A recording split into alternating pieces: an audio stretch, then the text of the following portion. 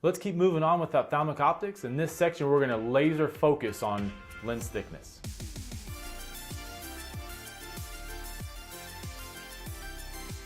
When we think of lens thickness, what is the most important key concept that you have to keep in your mind to keep this whole section kind of straight, right? And that is, what is the difference between a minus lens and a plus lens in terms of lens thickness, right? And you guys are all like screaming at your cameras, right? Oh yeah, exactly, right?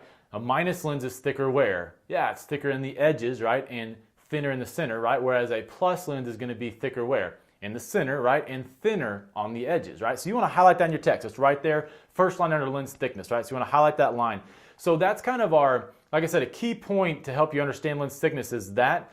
And then every time you do a problem, if you get a problem answer, right, or you get a solution to a problem and it contradicts that general rule, make sure you didn't make a sign error somewhere, right? So just every problem you do with lens thickness, I want you guys to think in the back of your mind, okay, minus lens, I'm going to be thicker on the edges, thinner in the center. Plus lens, I'm going to be thicker in the center, thinner on the edges. All right, let's take this to the whiteboard and continue on. All right, let's use our whiteboard here to talk about the relationship between center and edge thickness and SAG1 and SAG2, right? So if we look at a plus lens, all right, from the side, so our patient is right here, it's right, okay? And so we're looking at the patient from the side, okay? And we look, here's the front of their lens, right, here, okay? And then here's the back of their lens. All right, so back of the lens on this side. So whenever you look at the correlation between SAG1, SAG2, the front sag and the back sag, right, and our edge and center thickness, we can all see that if you look at this total distance here from the front of the lens all the way to the back of the lens, right, that's going to be our center thickness, and we all said a plus lens is going to be thickest where? In the center, right? And it's also going to be thinnest where? It's going to be right here in the edge, right? Okay, so the other thing that we can look at is our sags, our front sag and our back sag. So that's the curve of the lens, right? And what measures sag again? Yeah, that's exactly right. We talked about in a previous video, it's going to be the lens clock, right? So lens clock measures sag. So our sag is going to be from the curve, right? The height of the curve all the way back to what we call this chord length, right? So this dotted line right here, right? That's going to be our chord length, all right? Chord, C-H-O-R-D, right? So chord length. And that's going to be kind of like the spot where there we go. That's going to be the chord length is going to be right here. So that's going to be kind of the basic spot where the lens starts its curve. Okay, so where it starts its curve is going to be our chord length. All right, so our front sag, the important thing here to look at is that sags also have a positive and negative similar to radius that we talked about in geometrical optics, right? So you guys remember the rule from geometrical optics? Yeah, that's exactly right. If it looks like a C, it has a positive radius, right? Well, that rule is also true for sag, right? So if it looks like a C, it has a positive radius. So this front surface, right, is going to look like a C, so this front sag is going to be positive, right? And the back surface of this lens looks like a backward C, right? So it's going to have a negative sag, okay? So that rule is the same. It's really easy. Remember, C, if it looks like a C, it gives you, it's going to be a plus sag or a plus radius. Very good. Now, the last thing I want to hit on here in this topic is that we've got this relationship between sags and center and edge thickness. You see an equation in your book, equation 5.10. So that equation is fine for you to be able to go to find the lengths of your sags or your center edge thickness. But I think it's easiest to draw a picture, right? If you look at that equation, you have to have 3 of the variables to figure out the 4th, right? And if the question gave you the edge thickness and it gave you SAG1 and SAG2 and said what would be your center thickness, right? All you'd have to do is what? You just add them together, right? So if we were looking at what does center thickness equal, right? It's just going to be equal to your edge thickness, right? Plus your S1, right? Plus your S2, right? And we can think of like absolute values here, right? You don't have to worry about positive and negative whenever you're trying to figure this out, right? But to me, I like using this equation and looking at it geometry-wise because I think it's easier than trying to remember that you have a minus sign here in the equation that we have in the book. So, and that's in that box right in the middle of the page. So when calculating edge thickness, I feel like it's a little bit easier to draw a picture and be able to find those values as we go through. And we'll expand on that whenever we get to the live lecture, all right?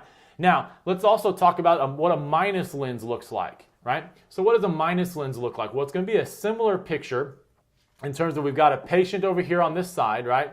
And we're going to be looking at a minus lens from the side. So here is the front of the lens, okay?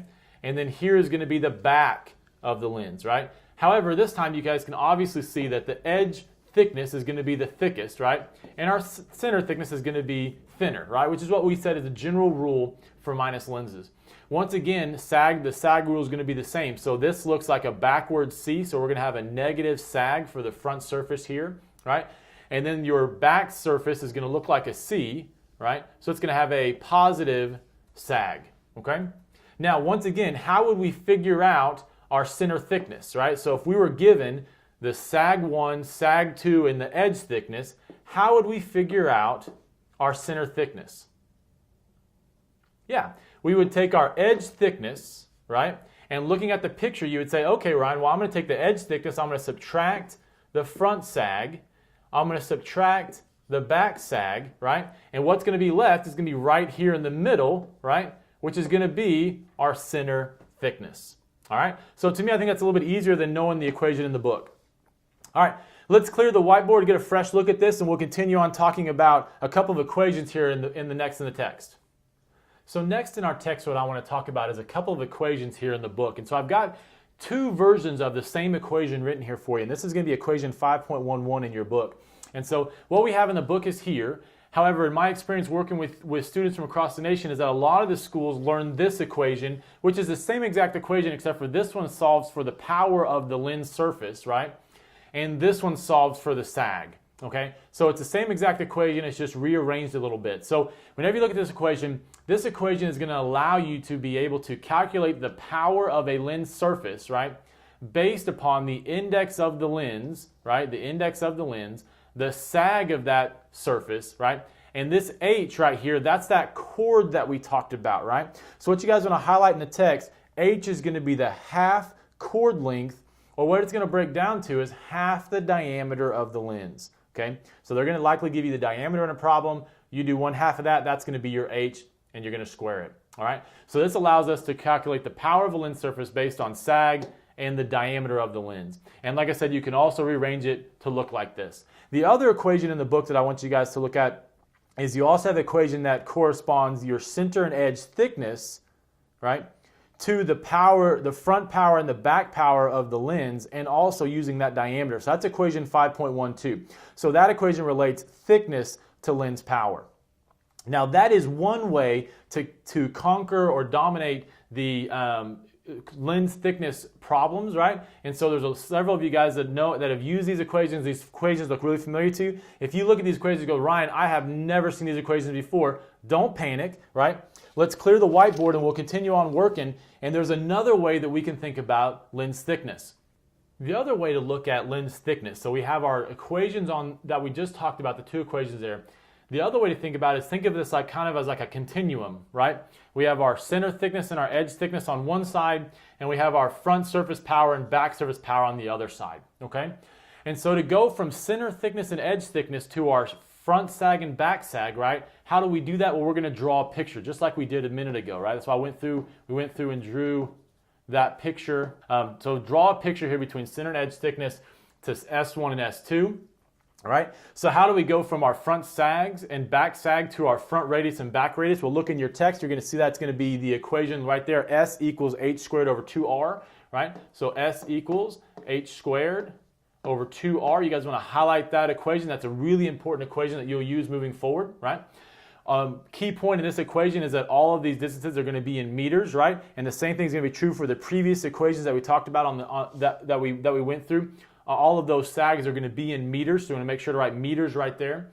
Your H squared is still going to be your half diameter or the half chord length, so same thing like we used on the previous example. And then to go from your front radius and back radius to your front surface and back surface, you're going to use the lens power equation that we've used so often.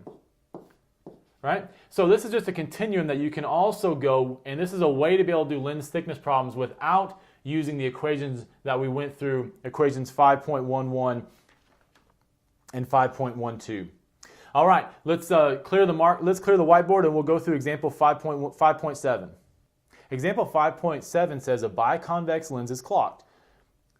The lens has the following properties: diameter of 44 millimeters, right? Sag of the front surface of 4.5 millimeters, sag of the back surface of 3.2 millimeters, and an index of 1.5.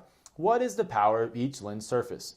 All right, so why don't you guys pause the video, take a second, work it out, and then we'll work it together on the whiteboard. So remember, whenever you work example 5.7, there's two ways to go about working this example, right?